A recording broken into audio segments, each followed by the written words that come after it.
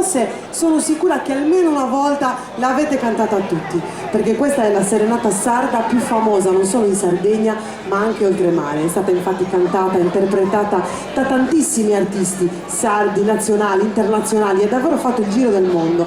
Forse perché è davvero talmente bella che tutti vogliono cantarla, e anche noi stasera ovviamente vogliamo cantarla qui a Ploaghe, vogliamo dedicarla a tutti gli innamorati che sono presenti qui in piazza. È stata scritta da Salvatore Sini, poeta e avvocato di Sarule, e il titolo è Adiosa, meglio conosciuta come Non poto riposare.